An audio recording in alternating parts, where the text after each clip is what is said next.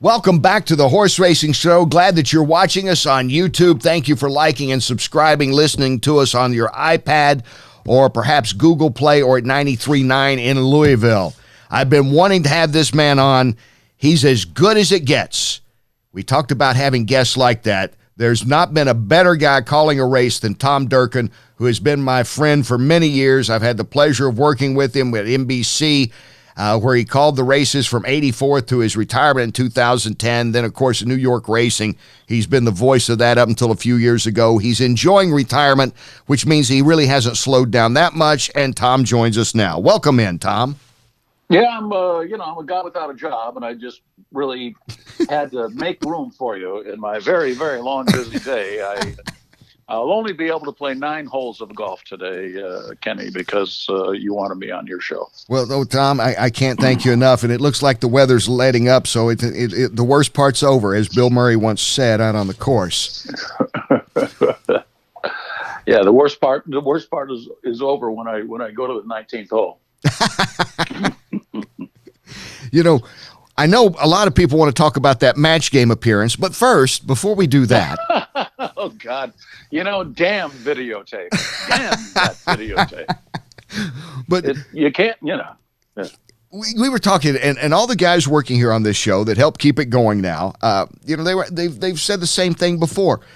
It's got to be the toughest thing, and we got sports fans working on this thing. It's the toughest thing to call is a horse race.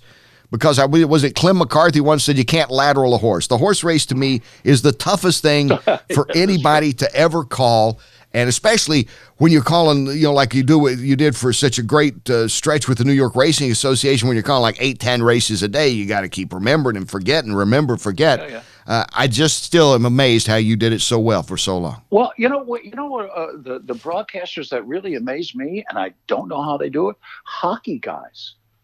I mean, to me, they are really amazing. I mean, they're constantly shifting players in and out, and the puck moves so fast. And I'm watching on TV, and how do you remember? Who got that goal? It just moves so fast. I've always been impressed with hockey announcers more than anything. Wow, I bet they would say that about. I bet they say the same thing about horse announcers. I bet Eddie Olczyk would say that. Yeah, the hard part is just having the ability and learning. I don't think it's any particular ability. I don't have a memory that's better than anybody else's, to tell you the truth. But once you learn how to do it, I think a lot of people would be able to do the job, to tell you the truth. Now that I don't need any competition because I don't have a job, I can say that. As a friend once asked me, about, doing little stand-ups, which is nothing compared to calling a race, but, do a 30, 40-second stand-up. He said, you must have a photogenic mind. I said, well, yes, I think my mind is rather pretty. Well, people ask me, how do you remember all those horses? And I say, I've got a pornographic memory. You do have, and I know you do have a pornographic memory. And it all started, I believe this is where it all started. I'm doing a basketball tournament in St. Louis, Missouri several years ago. I'm coming back in, crossing the river. I see Cahokia. I look over there and I see the mounds, okay? And I'm fascinated by history, and I like about this, especially like the Native Americans and built the mounds. And right across from it, of course, is a racetrack. And I believe Cahokia Downs is where a young Tom Durkin started. That was one of my first jobs. Yeah. I think it was my second job at a pari-mutuel track. Yeah. I worked at Florida Downs, as it was then known. It's now Tampa Bay Downs. I guess that was 1977. And I had worked previously at Cahokia Downs as a call taker for the Forum. So I knew the people there, and they knew me. And so they hired me. So that was my second job. And my third job was at Miles Park. It was not known as Miles Park then. It was called Commonwealth. In Louisville. And I called quarter horse races there. That I did not know. Yep. What haven't you called? What haven't you called? I've done a lot of harness races now. You know what? That's where we first met. You won't remember it. Oh, at Hambo? I met you in 1983 at the Meadowlands. I was doing an ESPN show. We were doing, he's a Hambletonian in 83. That's when I met Tom Durkin, the great race caller, right then. Yeah. I think that was my first or second year there. But and I worked there 7 years, 8 years. I remember the 89 Hambo with Park Avenue Joe and Probe. I think it's still the only dead heat, isn't it? The only still co-winners of that race.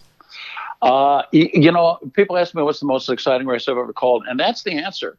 Really? It was the Hambletonian. I mean, you think of this. Now, back then, the Hambletonian, you had to win 2 heats and be declared the winner. So, and sometimes the races, each heat was divided into 2. Like if 20 horses went there, they had to divide that into 2 sets of 10. And you had to come back and win your second heat. And a little convoluted. That's why they don't have it anymore. I'm sad to say. But anyway, so those horses were coming back for their, I believe it was their 3rd or 4th race that hot August afternoon. I was there, yes. And it was a match race. It was just the 2 of them. Now think of this. Think of the odds. This is the biggest race in harness racing. Yeah. But think of the odds of a match race that ends in a dead heat, especially after these horses have raced 3 times earlier in the day. I mean, it's unbelievable. The odds are there, incalculable, really. And it was a thrilling race. And they had to go to the court. I don't know if this is an apocryphal tale or not, but they had to go to court. The rules were really convoluted as to what would happen if there were a dead heat and what. So wound up in court. But I think what the judge ruled was, okay, one guy gets to keep the money, the other guy gets to keep the trophy.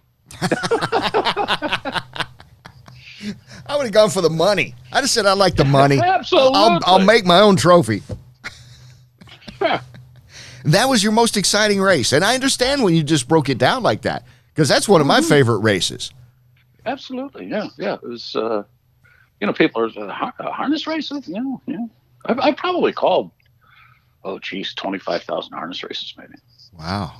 I did it there, did it at Balmoral. And right as we speak, me and my buddy Joe, we own 3 trotters, and we own a stud, Coraggioso, who, God love him, made $630,000 for us. Wow. Look at you. Good move, Tom. I had nothing to do with it. I'm in charge of one thing with the partnership.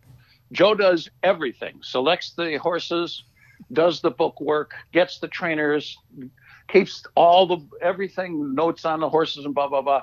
That's what but my job is more important. I'm in charge of naming horses. And you know who would be better than you to name a horse? It's not like you haven't seen a few 100,000 names in harness racing and thoroughbreds. It's my skill set. What can I tell you? What's your favorite name that you've given to one of your horses? Oh, Coraggioso, because he won $630,000. Brum bum. He's here all week. What we do? Yeah, don't forget to tip your waitress over here all week. But what I did, I'm an Italophile, and so we had a mare, Electra Hanover, that we bought, and we bought. Listen to this now. We bought her. She was in foal, and her weanling. Okay. Mm-hmm. For $12,000. So we got 2.5 horses for $12,000. So I've forgotten what the weanling's name was, but then once she started having foals for us, I named them alphabetically in Italian, so I could keep track of how old they were and what year they were born and whatever. So we had Bravissimo, Coraggioso, Determinato, Eletrisante, and Fortissimo. which they all mean, brave, courageous, determined, electrifying, and very strong. And that's how we named our trotters. But it's a fun game, and we enjoy doing it. See, there is the wordsmith that is Mr. Durkin, talking with the great race caller Tom Durkin, who, among other things, has been given the Eclipse Award of Merit, and honoring his great career. And I've always marveled at how Tom would keep this journal, and he'd write down words and catchphrases. Because, see, if other people I know, they would say we're going to give them Italian names, it'd be like lasagna, spaghetti. You know our meatball. Hey, here comes meatball down the stretch. You know some of our friends. We have mutual friends like that. Yeah. But you did. The preparation you did always fascinated me, and the love of language that you have to this day, and the way you would incorporate phrases, among others. There's cause for concern at Saratoga. I mean, that's still one of the great calls among others that you've made. How did you get into that, as opposed to just, what was for so many years you just called the horse race? Guys, great race callers themselves, but they would call the race, and really not a lot of flair to it. They're coming down the track. Here's who's in front. Here's who's second.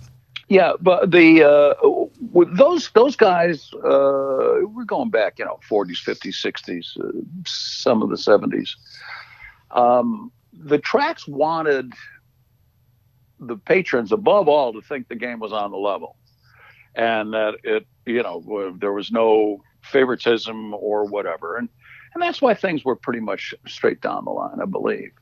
So the race calls sounded more like the agatype of the chart, at the quarter, third, 2.5, half, blah, blah, blah, blah, blah, lengths and margins in the upper part of the chart. I was more interested in the lower part of the chart where the footnotes were. Yeah. Where they said, was in hand, was blocked, was checked, was wide, was moving easily, was an all-out drive, and whatever. I was more interested in the words at the bottom of the chart, and I just started, trying to do that, and then there's only so many words that chart callers would use, so I wanted to expand that. So I just expanded, like I had in my notebook, you could say, oh, the half mile was fast. Right. How many times are you going to say that? So in my notebook, I probably had 40 words for fast. Wow. I had a columns. One page was for fast, very fast, extremely fast, and then there was slow, very slow, and extremely slow. And then so I broke those words down into those various columns, and I just read it every day, so that those words and many other situational phrases were just in my subconscious. You just keep on jamming your subconscious with stuff until you don't have to think about it. It's like when you're tying your shoes. It's crazy difficult the first few times, but after you do it, you can tie your it's in your subconscious, so you don't have to consciously think about tying your shoe. You can be having an argument with your girlfriend while you're tying your shoe, and then you just take it off and throw it at her. But after that, so the sub, and I read a lot, and then I moved on to reading a lot about the subconscious mind and how it works, and I would eventually use hypnotism, self-hypnotism, and regular hypnotism. I had every year before the Derby, I used to get very, very nervous, as is natural, as to be expected. You just screw up the Derby, and your life is over. So to beat that, I had a hypnotist in Louisville that I would see every year or so, and get on their Derby week and get hypnotized a couple times. Yeah. Well, and I'll tell you one time. Let me interrupt. When one year, and I was really, really, and I've been doing hypnotists before that with when come Breeders' Cup time here, and from Labor Day to Breeders' Cup Day, I led a monastic life. even resorted to diet and exercise, if you can imagine the extremity of that. I have seen you do that, so I can attest to everything you're going to say leading up to the Breeders' Cup. Yes. So it was, I was, again, I did with this hypnosis thing. And so the guy, the hypnotist, this was is in New York. And I said, he says, do you know the place where the Breeders' Cup is going to be? I said, yeah, it's going to be at Churchill Downs and whatever. And he goes, is there something there that you can see when you're calling the race? Yeah, the Twin Spires. He goes, okay. That was going to be my hypnotic suggestion. That when I saw the Twin Spires, because the booth was right next to the Twin Spires. So when you see those Twin Spires, words will flow easily. Your breathing will be easy. That's very important when you're calling a race and you get nervous. Yeah. Your hands will not shake. You will be clear and confident. Words to that effect, pretty much that. Mm-hmm. So it's great. Breeders' Cup morning, wake up, 1988. And wake up and, okay, it's Breeders' Cup day, buddy. Go out there and get them. You've done everything you can. You're prepared. And opened up, and we were staying at the Hyatt downtown. And opened up the window and went, damn, if it's not raining sideways. Yeah, that's a lousy day. Yeah. For and weather. I just think, it's over for you with the mud. When you're calling races, it throws everything out the window. You can look at a horse and when they're in the mud, it looks like they're moving easily. And you say that, and then another second, they just spit out the bit. And they get full of mud and whatever. It's the worst thing that can happen to a race caller, okay? That and not being able to see because of lighting conditions and what have you. I get in the car, and I might have been in the car with you, Kenny, because we always did you work that Derby? I don't think you did. Not that one. I was there, but I wasn't working the NBC at that time. Yeah. Brisket, yeah. Because Kenny and I had a tradition of always going to the track every morning. Still one of my favorite memories. We'll talk about that in a minute. Is Tom and I rode to every Breeders' Cup and Triple Crown together. We ride together. Anyway, so I get in that car, and it's like I'm going to the gallows. That's it. My life is over. I'm going to completely screw this up.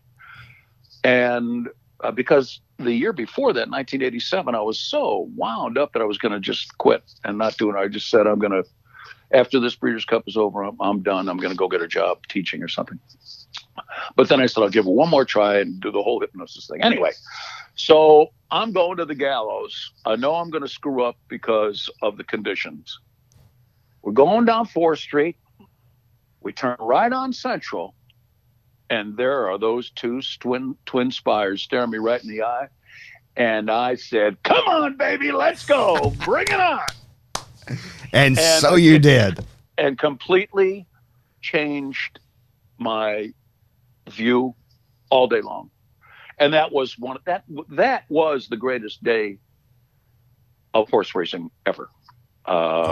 Wayne Lucas won 3 races. In the Breeders' Cup Juvenile Fillies, he finished 1, 2, and 4th and 5th. Yeah. That was just him. Personal Ensign runs the most unbelievable race you've ever seen in your life, beating the Derby winner at Churchill Downs in the most thrilling race you could imagine. And then the Midnight Classic. Yes, it Talk was. about not being able to see. I was going to ask you, how'd you call the Classic? Yeah. You know what? It was like a free pass. Yeah. Somebody came over to me before you can't. It looked so much brighter on TV than it was in person, because they open up the irises on the cameras and it really lets in all the light you could possibly imagine. So on TV, it looked much brighter than it really was, but it was dark. Yeah. And anyway, so before the race, the guy comes in and goes, Tom, what are you going to do? You won't be able to see the horses. I said, I won't be able to see them right. Neither will anybody else. And if I make a mistake, who cares? What better excuse can you have than being pitch black? So I was able to call it. It was hard to see him.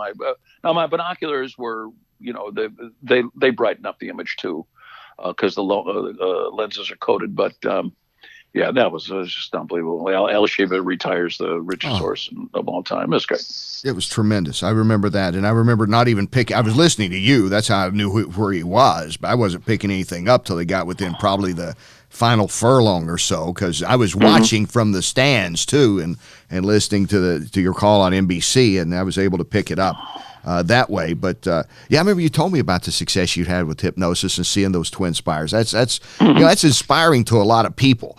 And as you have with many of your calls, we talked about that Hambletonian dead heat in '89. Do you have like a thoroughbred memory? And gosh, I know I'm asking a lot here with the Triple Crowns and the Breeders' Cups, but is there like 2 or 3 calls that you kind of stepped back and said, gosh, I nailed that? I mean, you've nailed thousands, but is there 2 or 3 moments where you go, hey, that's pretty cool? No, it's not.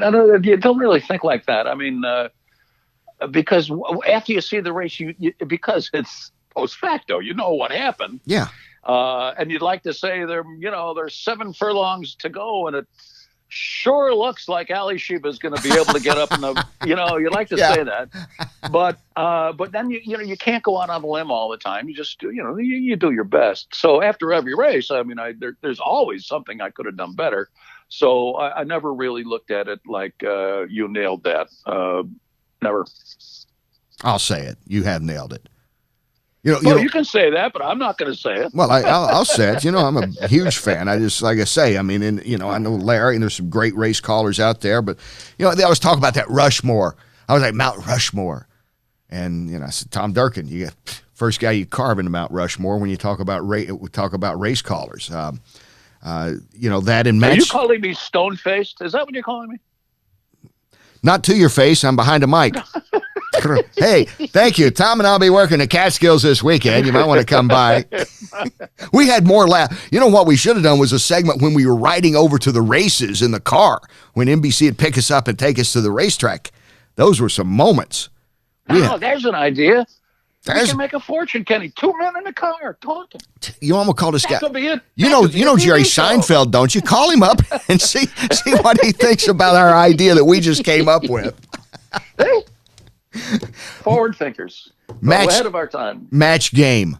Oh, you're the only. I tell you what, my Aunt Joy, years ago, when Bill Cullen was the host, and they let me out of school, I was like in the 2nd grade, and I got to get out of school to go watch The Price is Right, because my Aunt Joy was on it, and she won a mink stole and I think a refrigerator. Oh, my God. Yeah. Oh, wow. Now, the only other person I know personally that has been on a game show is Tom Durkin, who was on one of my favorite game shows, because I always, my influences in life, in my career, were like Tom Snyder and Gene Rayburn and, these guys.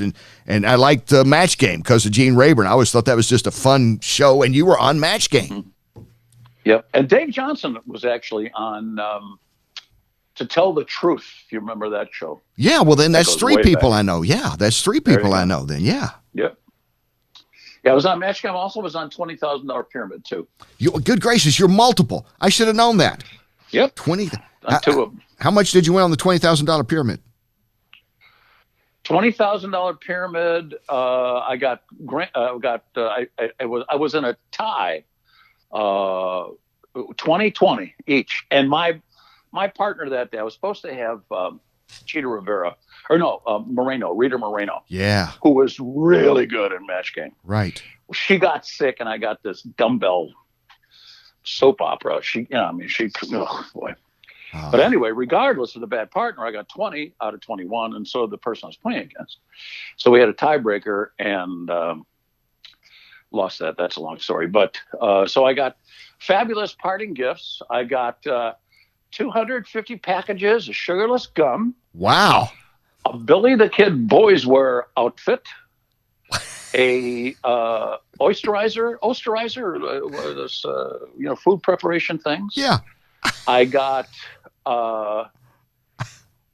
10 cases of diet iced tea and 50 pounds of Cremettes pasta. Does it get any better? No. Wow. Just think if that Rita Moreno, the Tony Award winner, had been there that day, how your life could have changed. You'd have won that 20,000. Gosh. Yep. You'd had all that chewing gum and iced tea and 20,000. Wow. Yep. It would have been life-changing. Life-changing. Now, you've retired, but you're as busy as ever. You're giving tours at Saratoga. You're going to be hosting the upcoming Hall of Fame induction. I don't know. You're doing bar mitzvahs. You're, I don't know. What all are you doing? You're busy every time I talk to you. Yeah, I retired from calling races, but that's as busy as I want to be. I do some voiceover work. Anybody out there? I'm available. If we had enough money, I'd hire you to do. I'd hire you to say welcome to the Kenny Rice Horse Racing Show, but we can't afford you. I'll do it as a freebie. Don't worry, Ken. Okay, thank you, Tom.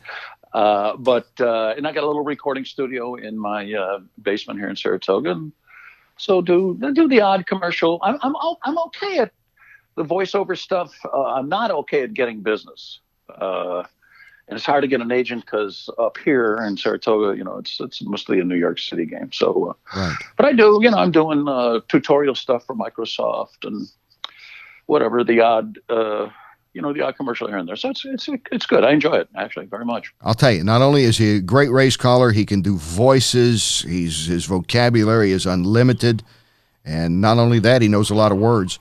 And you can call him up, and get him. He'll do voiceover for you. How's that? Right. Well, that was rousing, wasn't it? You need me as an agent, right? Between the two of us, what self-promoters we are. Yeah, you'll get 10%. Don't worry about it. Yeah. We're two of the big self-promoters in the business, are we, Tom? Hey, look at us. Hey, look at us. We won a few awards. Yeah, yep. One of my favorite calls of yours is Cigar winning the 95 Classic at Belmont. Mm-hmm. That's one of my favorite calls. But again, that goes back to like a muscle memory, I guess. You have certain phrases or certain words to punctuate the great performances or outstanding showings, and they just come to you then as it comes down the stretch. Yeah, well, certain things, if it happens, if you say, if this happens, maybe I'll say that. Yeah. But like when Victory Gallop and Real Quiet were in that unsplittable photo. Yeah. In the I guess that was a 98 Belmont. Yeah. 98. Yeah. And but Chrysler was sponsoring the Triple Crown that year, and if you won the Triple Crown, you got $5 million. Yeah. For winning all three races. And so, like, if Real Quiet, I thought, well, what if Real Quiet gets in a photo, and I'll say, oh, that photo's worth $5 million. Yeah. But it came out something like that and whatever. But in the case of Cigar, who was trying to go undefeated for the season, I had a whole bunch of words for undefeated. They were already in the book, and I was used to reading those words and whatever. And then, if he's undefeated, I didn't want to say undefeated. It's a pretty, common word. So I had a whole bunch of different words for a horse that was undefeated. So he's coming down to the finishes, and in terms of phrasing, I realize now he's at the 16th pole. He's going to win. I might as well start the finish call. And so I was thinking of words for undefeated, and I had time to say three words: unconquerable, invincible, unbeatable, Cigar, and that got him to the wire. So that's kind of how my system worked. You just constantly read the book daily, put those words in your subconscious, and hope they come out. Well, nobody did it better. They always came out perfectly, and there's your book. There's something for you to do, and you could read your own book. You could do the audio yourself. I just thought that. Now you're talking. I might give you 12%. No, I'm serious. Really, you think about that, how hypnosis helped you with your job, how you use that muscle memory thing where you'd write down all these words to match certain situations, and I think we just came up with an idea. There we go. Audible, here I come. Tom, you're the best. Thanks so much for being on, pal.